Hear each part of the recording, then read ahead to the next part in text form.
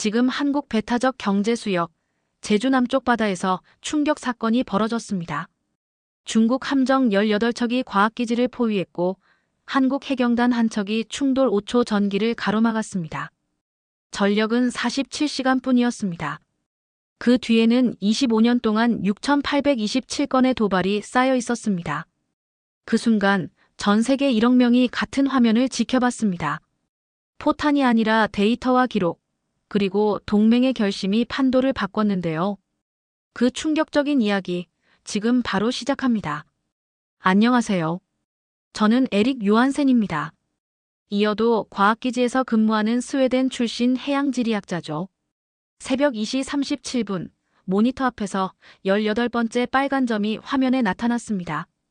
귓가에 울리는 레이더 신호음은 점점 빨라지고 눈앞의 디지털 지도는 붉은색으로 물들어갔어요. 차가운 금속 의자에 앉아 있는데도 등줄기를 타고 식은땀이 흘러내렸습니다. 18척이라니 전례 없는 숫자였죠. 레이더 스캔 주기를 30초에서 15초로 단축했습니다. 화면 속 붉은 점들은 35노트의 속도로 우리 기지를 향해 일제히 움직이고 있었어요. 이것은 단순한 항행이 아닙니다. 계획적인 접근이었죠. 데이터 로그를 빠르게 확인하며 지난 3개월간의 항적 패턴과 비교했습니다. 중국 해경 순시선과 해군 함정의 혼합 편대였어요. 구축함 2척, 프리깃 4척, 해경 대형 순시선 8척, 그리고 소형 고속정 4척이 완벽한 포위 진영을 이루고 있었습니다. 한지우 기지장님, 긴급 상황입니다. 인터폰을 통해 기지장을 호출했어요. 레이더에 중국 함정 18척이 포착됐습니다. 현재 거리 14해리, 35노트로 접근 중이에요. 한지우 기지장의 목소리는 침착했습니다. 전 인원 비상 소집하겠습니다. 에릭, 모든 데이터 기록을 시작하고 위성통신 채널을 열어주세요. 위성통신 시스템을 가동하며 모니터 속 빨간 점들을 응시했습니다. 모니터 위 타임스탬프는 240을 가리켰어요. 10년간 해양 연구를 해오며 수많은 영의 분쟁을 지켜봤지만 이렇게 노골적인 무력 시위는 처음이었습니다. 스웨덴이라는 중립국 출신으로서 항상 작은 국가는 대국 앞에 무력하다고 생각했었죠. 그 회의감이 지금 이 순간 현실이 되어 눈앞에 펼쳐지고 있었습니다. 통신실로 향하며 창밖을 바라봤어요. 어둠 속에서도 바다 위 섬광들이 보였습니다. 그들의 탐조등이었죠. 이어도 해양과학기지는 76m 높이의 철탑 위에 자리한 작은 섬과도 같은 공간입니다. 한국의 배타적 경제 수역 내에 위치했지만 중국은 25년간 이곳을 자국 영역이라 주장해왔어요. 그리고 지금 그 주장이 18척의 강철 선체로 현실화되고 있었습니다. 통신실에 도착하자 이미 3명의 연구원이 모여 있었어요. 박사호 중국계 캐나다인 해양생물학자, 김수연 한국인 기상학자, 그리고 스페인 출신 루이스 로페즈 기자까지. 루이스는 이어도 과학 다큐멘터리를 촬영 중이었죠. 그가 저에게 물었습니다. 에릭, 저 배들이 우리를 공격할 가능성은요? 화면을 가리키며 대답했어요. 저들은 이미 공격하고 있습니다. 물리적 충돌 없이도 우리의 연구활동과 이동의 자유를 위협하고 있어요. 해양법상 명백한 도발입니다. 한지우 기지장이 통신실에 들어섰습니다.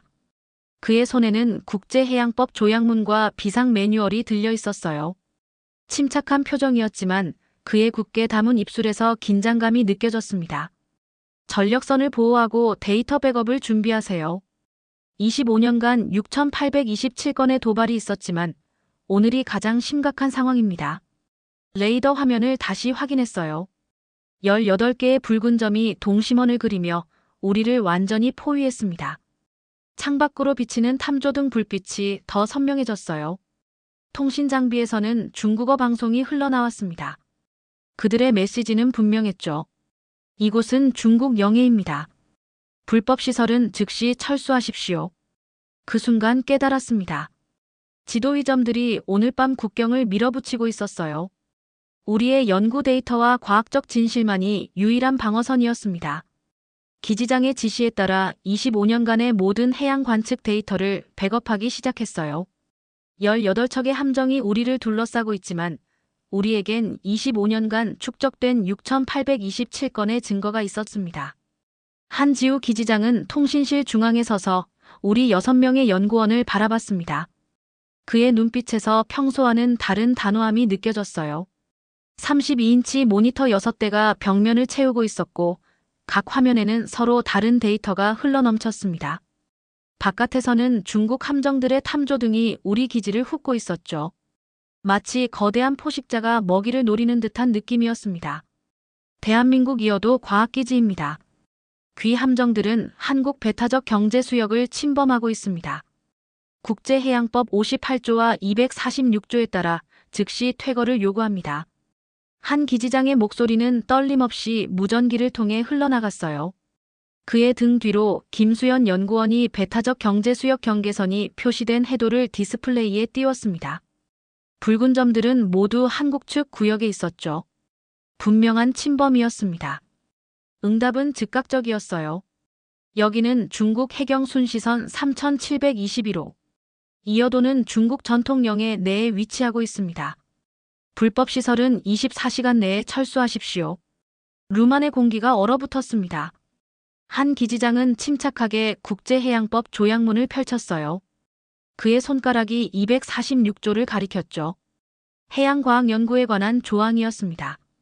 1994년 유엔 해양법 협약에 따라 이 여도는 대한민국 배타적 경제수역 내에 위치한 과학연구시설입니다. 우리는 퇴거 요구를 거부하며 귀국의 무력 시위를 국제사회에 즉각 통보할 것입니다. 제 심장이 빠르게 뛰었어요. 무력한 외국인 연구원으로서 할 수 있는 일이 없다는 무력감이 몰려왔습니다. 그때 한 기지장이 저를 불렀죠. 에릭, 당신의 해양지리학 데이터가 필요합니다. 25년간의 수심 변화와 해류 패턴을 모두 불러오세요. 특히 중국 측이 주장하는 대륙붕 경계선 반박 자료요. 즉시 작업에 착수했습니다. 데이터베이스에서 3TB의 해양지리 정보를 불러왔어요. 실시간으로 분석 프로그램을 가동하며 한 기지장의 리더십에 새삼 감탄했습니다. 그는 공포에 굴복하지 않고 데이터와 법적 근거로 대응하고 있었어요. 갑자기 강한 진동이 기지 전체를 흔들었습니다. 모니터가 깜빡이더니 통신 시스템의 비상등이 켜졌어요. 곧이어 경보음이 울렸죠. 주전력 공급 중단. 비상발전기로 전환합니다. 루이스 기자가 창밖을 가리켰습니다. 보세요. 저들이 해저 전력선을 절단했어요. 창밖으로 중국 함정 한 척이 방금 물에서 무언가를 건져 올리는 모습이 보였습니다. 절단된 해저 전력 케이블이었어요. 우리 기지는 육지와의 유일한 연결고리를 잃은 겁니다. 디스플레이에 빨간색 경고문이 떠올랐죠. 비상발전기 가동 중 잔여 전력 47시간 0분. 한 기지장의 표정이 어두워졌습니다. 그들이 우리를 고립시키려 합니다. 통신과 전력을 차단해 항복을 유도하는 전략이군요. 박사오 연구원이 발전기 상태를 확인하며 말했어요. 연료는 정확히 47시간분입니다.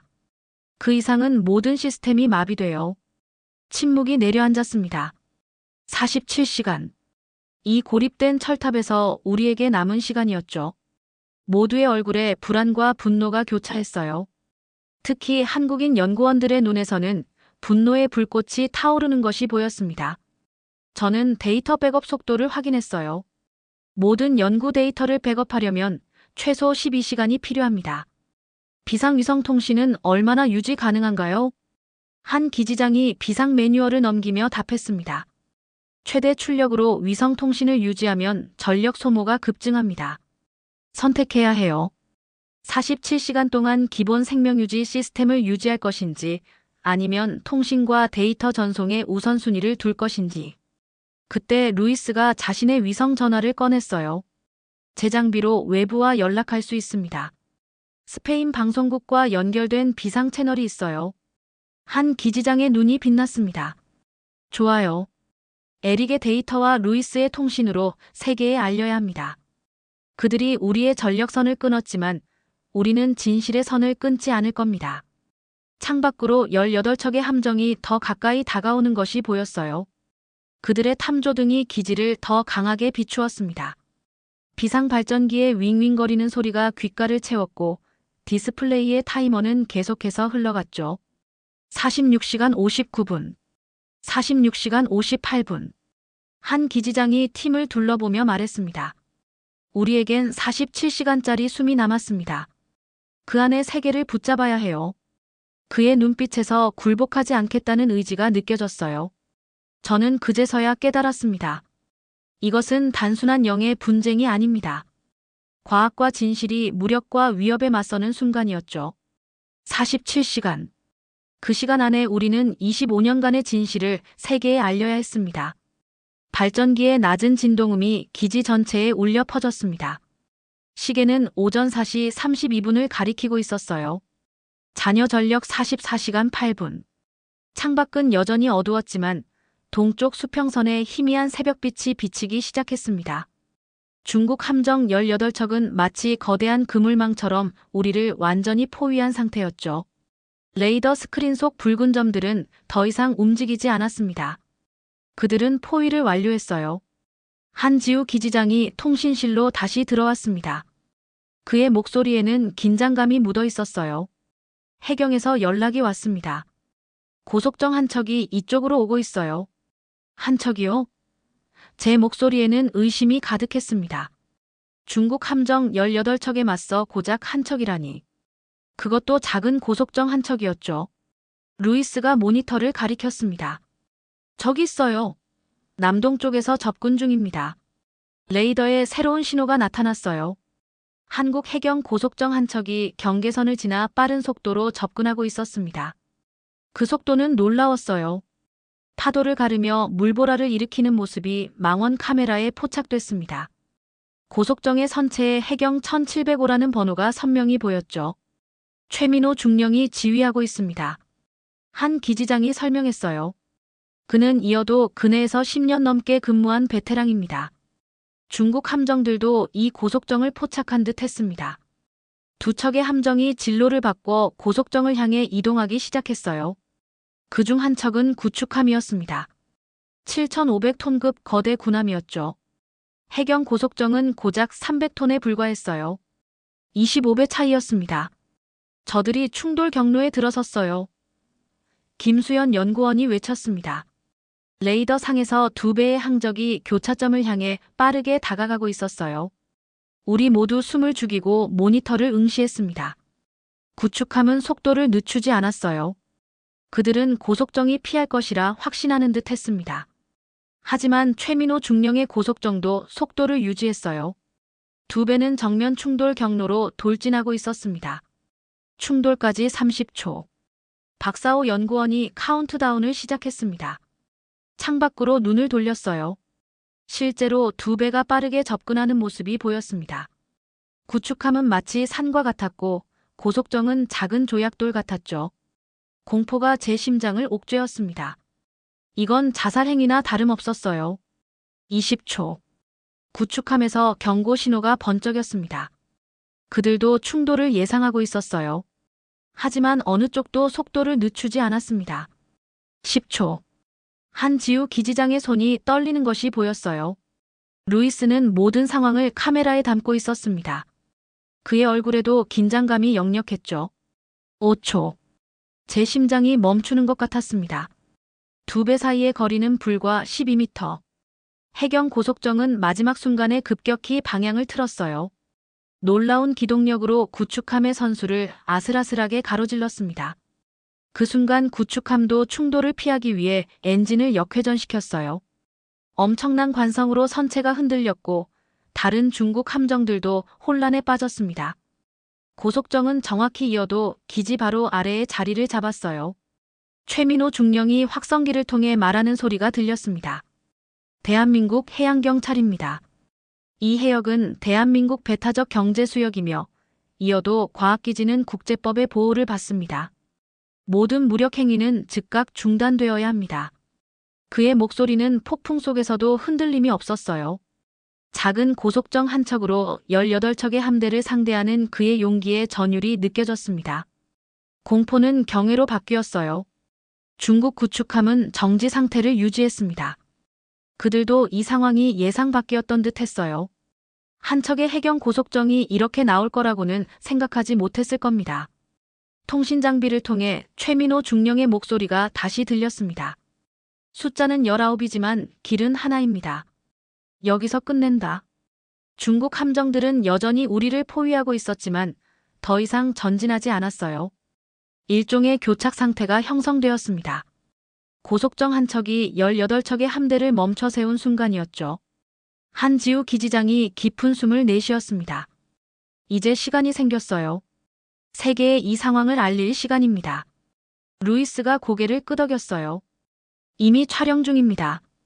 위성 연결만 확보되면 전 세계에 생중계할 수 있어요. 창밖으로 최민호 중령의 고속정이 이어도 기지 주변을 순찰하며 우리를 지키는 모습이 보였습니다. 300톤의 작은 배가 우리의 방패가 되어 있었어요. 그 순간 깨달았습니다. 숫자보다 중요한 것은 의지였어요. 그리고 최민호 중령의 의지는 강철보다 단단했습니다. 태양이 수평선 위로 떠올랐습니다. 아침 7시 15분, 잔여 전력 41시간 25분. 밤새 긴장 속에 기지를 지켰지만 아직 위기는 끝나지 않았어요. 창밖으로 중국 함정 18척과 한국 해경 고속정 한 척이 대치 중인 모습이 보였습니다. 바다는 잔잔했지만 그 위에 떠있는 함정들은 언제든 폭발할 수 있는 화약고와 같았죠. 통신실에서 루이스 로페즈가 자신의 장비를 세팅하고 있었어요. 그의 움직임은 빨랐고 눈빛에는 결연한 의지가 담겨 있었습니다. 김수현과 박사오 연구원이 그를 도왔죠. 위성 연결이 약합니다. 중국 측이 방해 전파를 송출하고 있어요. 김수현의 목소리가 긴장감으로 떨렸습니다. 루이스는 고개를 끄덕였어요. 예상했던 일입니다. 그래서 대비책을 가져왔죠. 그가 가방에서 작은 장치를 꺼냈습니다. 접이식 위성 안테나였어요. 이건 군사용 우회 송신기입니다. 스페인 국방부에서 다큐멘터리 취재용으로 특별 허가를 받았죠. 방해 전파를 피해 다른 주파수로 신호를 송출할 수 있어요. 한지우 기지장이 고개를 끄덕였습니다. 좋습니다. 우리가 준비한 증거들을 세계에 보여줘야 해요. 우리는 즉시 행동에 나섰습니다. 저는 25년간의 해양 데이터를 간략히 정리했어요. 중국의 영해 주장이 과학적으로 근거가 없다는 것을 증명하는 자료였습니다. 김수현은 기상 데이터를, 박사오는 해양 생태계 관측 결과를 정리했죠. 한 기지장은 법적 근거와 국제 협약을 준비했고요. 루이스는 옥상으로 올라가 위성 안테나를 설치했습니다. 바람이 거세게 불었지만 그는 흔들림 없이 작업을 마쳤어요. 통신실로 돌아온 그의 얼굴에는 땀이 흘러내리고 있었죠. 연결됐습니다. 마드리드 본사와 연결이 됐어요. 우리 모두 환호성을 질렀습니다. 루이스는 즉시 카메라를 켰어요. 그의 눈빛이 변했습니다. 지금까지의 불안한 과학자가 아닌 프로페셔널한 기자로 변신한 모습이었죠. 여기는 이어도 해양과학기지의 루이스 로페즈입니다. 현재 우리 기지는 중국 함정 18척에 포위되어 있으며 해저 전력선이 절단되어 비상발전기로 버티고 있습니다. 한국 해경 고속정 한 척이 우리를 보호하고 있지만 상황은 여전히 위급합니다. 카메라가 창밖의 상황을 비추었어요. 중국 함정들과 그 사이에서 건재하게 버티고 있는 해경 고속정의 모습이 생생하게 담겼습니다. 한지우 기지장이 카메라 앞에 섰어요. 이어도는 국제법상 한국의 배타적 경제 수역 내에 위치한 과학연구시설입니다. 우리는 평화적 목적의 해양 연구만을 수행해왔습니다. 하지만 현재 중국은 무력으로 이 시설을 점령하려 하고 있습니다. 저도 카메라 앞에 섰습니다. 스웨덴 출신 해양지리학자로서 중립적 입장에서 증언하는 것이 중요했어요. 제 이름은 에릭 요한센입니다. 스웨덴 출신 해양지리학자로 이어도에서 3년간 연구해왔습니다. 제가 분석한 해저 지형도와 수심 데이터에 따르면 이어도는 명백히 한국 측 대륙붕에 위치해 있습니다. 저는 지도와 데이터를 카메라에 보여주었습니다. 25년간의 관측 결과가 담긴 그래프와 차트들이었죠. 루이스가 귓속말로 알려주었어요. 전 세계 모든 주요 방송사가 우리 중계를 받고 있습니다. CNN, BBC, NHK, 알자지라 등 세계 각국 언론사 모두요. 10분이 지났을 때 루이스의 태블릿에 메시지가 쏟아지기 시작했습니다. 그의 눈이 커졌어요. 믿을 수 없군요. 시청자 수가 폭발적으로 늘고 있습니다. 1,000만, 3,000만, 5,000만. 모두가 숨죽여 상황을 지켜봤습니다. 루이스의 태블릿에는 계속해서 숫자가 올라갔어요. 7,000만, 8,000만, 9,000만, 1억. 루이스가 외쳤습니다. 방송 시작 30분 만에 시청자가 1억을 넘었습니다. 그 순간 창밖의 중국 함정들이 미묘하게 움직이기 시작했어요.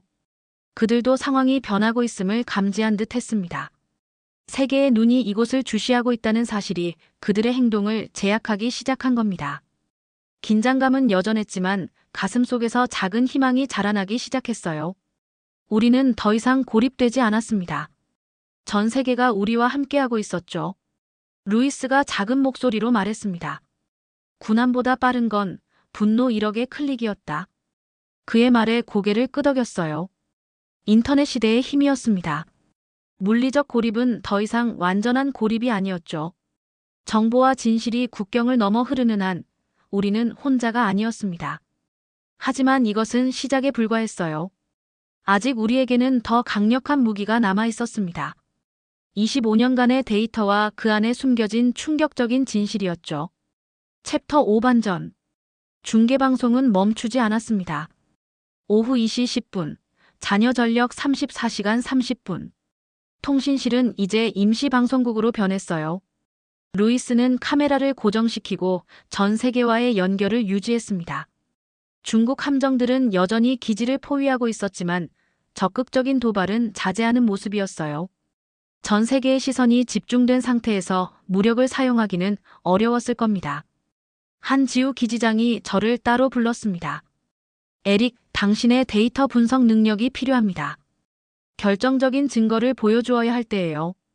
그의 눈빛에서 무언가 특별한 계획이 있음을 감지했어요. 그는 저를 작은 서버실로 안내했습니다. 그곳에는 2개의 대형 서버가 돌아가고 있었고 모니터 6대가 벽에 설치되어 있었어요. 이건 지난 25년간의 모든 선박 블랙박스 데이터입니다. 중국 함정들에 이어도 주변 움직임을 모두 기록해왔어요. 놀라움을 감출 수 없었습니다. 25년간의 데이터를 모두 보관하고 있었나요? 한 기지장이 고개를 끄덕였어요. 해양과학기지의 주요 임무 중 하나죠. 모든 선박의 움직임, 해양 환경 변화, 그리고 특히 중국 함정들의 패턴을 기록해왔습니다. 데이터베이스를 열자 수천 개의 로그 파일이 나타났어요. 한 기지장이 작은 USB를 건넸습니다. 이건 최신 AI 분석 프로그램입니다. 패턴을 찾아내는 데 사용하세요. 즉시 작업에 착수했습니다. 루이스도 합류했어요. 그는 카메라를 세팅하며 말했습니다. 이 분석 과정도 생중계할 겁니다. 투명성이 중요해요. AI 프로그램이 25년간의 데이터를 스캔하기 시작했습니다. 모니터에는 수천 개의 항적이 시간순으로 펼쳐졌어요. 중국 함정들의 움직임이 점점 패턴을 드러내기 시작했습니다. 년도별, 월별, 일별로 분류되는 데이터. 그리고 마침내 하나의 숫자가 화면 중앙에 나타났습니다. 6,827. 이것이 지난 25년간 중국이 이어도 해역에서 일으킨 도발 건수입니다. 제 목소리가 떨렸어요. 단순한 항행이 아닌 영해 침범, 위협적 기동, 해양조사 방해 등의 행위들이죠. 루이스의 카메라가 이 숫자를 비추었습니다. 전 세계가 이 숫자를 보고 있었어요. 데이터를 더 깊이 분석하자 더 충격적인 사실이 드러났습니다. 도발 빈도가 점차 증가하는 추세였고 특히 최근 1년간 급격히 늘어났어요. 패턴이 보입니다. 화면을 가리키며 설명했어요. 이 도발들은 무작위가 아닙니다. 계획적이고 체계적인 행동이에요. 마치 이어도를 향한 장기전 같습니다. AI가 또 하나의 중요한 발견을 보여주었습니다. 중국 함정들의 기동 패턴이 점점 더 정교해지고 있었어요. 초기에는 단순 순찰이었지만 최근에는 마치 포위 훈련을 하듯 움직였습니다. 한 기지장이 또 다른 USB를 건넸어요. 이것도 분석해보세요. 새로운 USB에는 암호화된 문서 하나가 들어 있었습니다. AI가 암호를 풀자 2025-3이어도 작전이라는 제목의 문서가 나타났어요.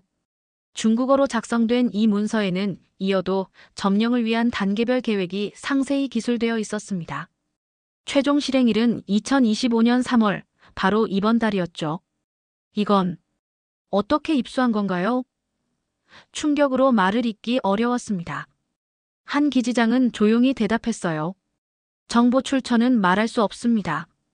하지만 진위는 100% 확실합니다. 루이스가 즉시 이 문서를 카메라에 비췄어요. 이 문서는 중국이 이어도를 점령하기 위한 계획을 세워왔다는 결정적 증거입니다. 현재의 포위는 그 계획의 일부였음이 분명합니다. AI 분석은 계속되었습니다. 6,827건의 도발 패턴과 작전 문서의 내용이 정확히 일치했어요. 이것은 우연이 아니었습니다.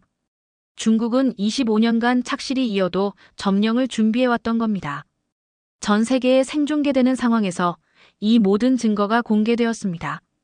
저는 카메라를 향해 직접 설명했어요. 해양지리학자로서 제가 분석한 결과 6,827이라는 합계는 우연이 아닙니다. 목적지 한 개를 향한 계산이었습니다.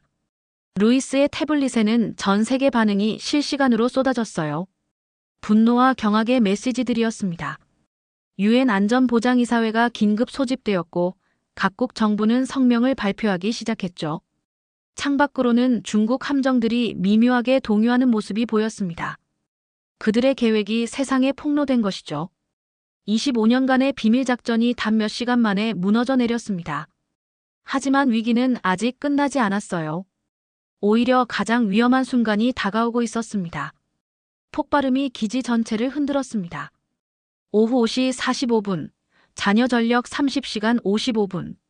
중국 함정에서 발사한 경고 사격이었어요. 증거 공개 후 그들의 태도가 더욱 공격적으로 변했습니다. 창문을 통해 바다 위로 물기둥이 솟구치는 모습이 보였어요. 함포는 기지를 직접 겨냥하지 않았지만 의도는 분명했습니다. 협박이었죠. 서버실로. 한지우 기지장이 외쳤습니다. 데이터 보호가 최우선입니다. 중요한 서버는 두 대였어요. 하나는 25년간의 관측 데이터가 저장된 메인 서버, 다른 하나는 현재 전 세계로 생중계 신호를 보내는 통신 서버였습니다. 이 두 서버만 지켜내면 진실은 살아남을 수 있었어요. 두 번째 폭발이 더 가깝게 들렸습니다. 기지가 심하게 흔들렸어요. 경보 시스템이 울리기 시작했고 비상등이 깜빡였습니다. 창밖으로 중국 특수부대원들이 탑승한 소형 보트가 기지 쪽으로 접근하는 것이 보였어요. 침입자다. 김수현이 소리쳤습니다. 그들이 기지에 오르려고 해요. 최민호 중령의 해경 고속정이 즉시 반응했어요. 소형 보트들을 가로막으며 사이렌을 울렸습니다. 하지만 중국 보트는 6척이었고 해경은 단 한 척뿐이었죠. 완벽한 방어는 불가능했어요. 서버실로 뛰어들어갔습니다. 박사오와 다른 연구원들이 이미 그곳에 있었어요. 루이스는 카메라를 서버에 고정시키고 있었습니다. 그의 손이 떨리고 있었지만 중계는 계속되고 있었어요. 전 세계가 지켜보고 있습니다. 루이스가 말했습니다. 멈추지 마세요. 세 번째 폭발이 들렸고 이번에는 기지 구조물 일부가 손상된 듯 했어요. 불꽃이 보였고 연기가 서버실로 들어오기 시작했습니다. 환기 시스템이 정상 작동하지 않았어요. 화재입니다. 김수현이 소화기를 들고 복도로 뛰어나갔습니다. 박사오도 따라갔어요. 통신 패널에서 경고음이 울렸습니다. 위성 연결 신호가 약해지고 있어요. 한 기지장이 장비를 조정하며 말했습니다. 중국 측이 방해 전파 출력을 높인 것 같습니다. 갑자기 강한 충격이 기지 아래쪽에서 느껴졌어요. 침입자들이 기지 하부 구조에 진입한 것 같았습니다. 얼마 지나지 않아 총성이 들렸어요. 최민호 중령의 목소리가 무전기를 통해 들려왔습니다. 특수부대가 기지 하단에 접근했습니다. 저희가 저지하고 있지만 시간이 많지 않습니다. 서둘러 주세요. 서버 상태를 확인했습니다. 데이터 전송률은 아직 100%였어요. 모든 증거가 성공적으로 전송되고 있었죠. 하지만 연결이 불안정해지고 있었습니다. 전송률이 98%로 떨어졌다가 다시 올라갔어요. 안테나를 수동으로 조정해야 합니다. 루이스가 말했어요. 옥상으로 올라가야 해요. 너무 위험합니다. 한 기지장이 말했지만 루이스는 이미 장비를 들고 밖으로 나가고 있었어요. 그때 굉음과 함께 서버실 문이 열렸습니다. 김수연이 피를 흘리며 들어왔어요. 그의 어깨에 상처가 있었습니다. 그들이 오고 있어요. 한 기지장이 즉시 응급처치를 시작했어요. 에릭, 서버를 지켜야 합니다. 절대로 전원이 끊기면 안 돼요. 또 다른 폭발음이 들렸고 기지가 심하게 기울었습니다. 서버가 흔들렸어요. 전속률이 95%로 떨어졌습니다. 긴급히 서버를 고정시켰어요. 무게 중심을 잡기 위해 제 몸으로 서버를 지탱했습니다. 갑자기 박사오가 피를 흘리며 서버실로 돌아왔어요. 그의 팔에는 총상이 있었습니다. 그들이 통신실을 파괴하려고 해요. 그는 쓰러지기 전 마지막 힘을 다해 메인 서버 앞에 자신의 몸을 던졌어요. 마치 방패처럼 서버를 보호하려는 듯 했습니다. 박사오. 그에게 달려갔지만 그는 이미 의식을 잃고 있었어요. 한 기지장이 즉시 지혈을 시작했습니다. 옥상에 있던 루이스의 목소리가 통신기를 통해 들려왔어요. 안테나 조정 완료. 신호가 안정적일 겁니다. 화면을 확인하자 전속률이 다시 100%로 올라왔습니다. 그 순간 서버에 박사오의 피가 흘러내리고 있었어요. 붉은 액체가 차가운 금속 표면을 타고 흘러내렸지만 서버는 멈추지 않았습니다. 100% 전속률을 유지하고 있었죠. 충격과 공포, 그리고 동료의 희생에 대한 비탄이 밀려왔어요. 하지만 동시에 그들의 헌신에 감동이 느껴졌습니다. 국적도 다른 이들이 진실을 지키기 위해 목숨을 걸고 있었어요.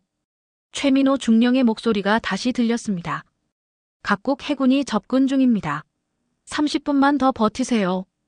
김수연이 의식을 되찾았어요. 상처에도 불구하고 그는 서버 옆으로 기어갔습니다. 약한 목소리로 말했죠. 체온은 떨어져도 전속률 100%만은 떨어지지 않게. 그의 말에 고개를 끄덕였습니다. 우리 모두는 자신의 몸으로 서버를 감쌌어요. 데이터가 세상에 전해지는 한 우리의 희생은 헛되지 않을 것이기 때문입니다. 새벽빛이 수평선에서 솟아오르고 있었습니다. 밤을 지새운 우리의 모습은 초췌했지만 눈빛만은 꺼지지 않았어요. 3월 15일 오전 6시 30분, 잔여 전력 18시간 10분. 박사오와 김수연은 응급처치 후 상태가 안정되었지만 여전히 약해 보였습니다. 서버실 바닥에는 마른 피자국이 남아 있었죠. 어제의 치열한 저항을 증명하는 흔적이었습니다. 통신 장비에서 신호음이 울렸어요. 루이스가 화면을 가리켰습니다. 보세요. 유엔 안전보장이사회 긴급회의가 생중계되고 있어요. 모두 화면을 주시했습니다. 유엔 사무총장이 심각한 표정으로 발언하고 있었어요. 이어도 해양과학기지에서 전송된 증거 자료는 명백합니다. 25년간의 체계적인 도발과 점령 계획은 국제해양법에 대한 중대한 위반입니다. 카메라가 회의장을 비추었어요. 대부분의 국가대표들이 강경한 표정으로 중국 대표를 응시하고 있었습니다. 미국, 일본, 유럽연합 대표들이 차례로 발언대에 섰죠. 미국은 이어도 과학기지 연구원들의 용기에 경의를 표합니다. 우리는 즉각적인 ICJ 제소를 지지하며 제7함대를 이미 현장으로 파견했습니다.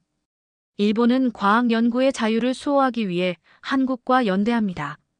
이어도 사태는 단순한 영토 분쟁이 아닌 과학과 진실에 대한 도전입니다. 유럽연합은 150개 회원국의 만장일치로 이어도 과학기지 보호 결의안을 채택했습니다. 과학은 국경을 초월한 인류 공동의 자산입니다. 창밖으로 시선을 돌렸어요.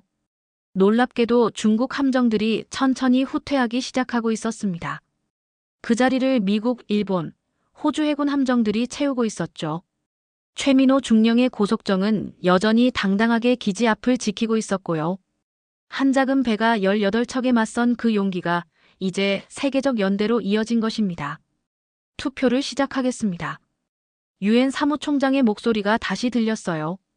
이어도 해양과학기지를 국제과학평화구역으로 지정하는 결의안에 대한 찬반을 표결하겠습니다. 전 세계가 지켜보는 가운데 표결이 진행되었습니다. 150개국 중 143개국이 찬성했어요. 놀라운 지지였습니다. 중국도 마지막 순간에 기권으로 입장을 바꿨어요. 내부적으로 큰 논쟁이 있었을 겁니다. 압도적 다수로 결의안이 통과되었음을 선언합니다.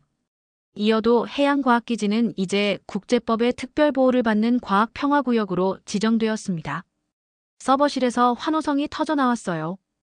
박사오는 약한 상태에서도 미소를 지었고 김수연은 감격의 눈물을 흘렸습니다. 한지우 기지장은 침착하게 고개를 끄덕였지만 그의 눈에도 안도감이 어려 있었어요. ICJ는 이번 사태에 대한 본격적인 심리를 시작할 것입니다. UN 법률 고문이 발표했어요. 이어도에서 수집된 25년간의 데이터는 핵심 증거로 채택되었습니다. 특히 6,827건의 도발 기록과 점령 계획 문서는 결정적입니다. 가슴이 벅차올랐습니다. 우리가 목숨을 걸고 지킨 데이터가 이제 역사를 바꾸고 있었어요. 과학적 사실과 객관적 데이터가 무력 앞에서 승리한 순간이었습니다. UN 특별대표단이 헬리콥터로 이어도에 도착했어요. 그들은 우리의 상태를 확인하고 부상자들을 응급 처치했습니다. 동시에 공학자들이 절단된 전력선을 임시 복구했어요. 기지의 모든 시스템이 정상 가동되기 시작했습니다.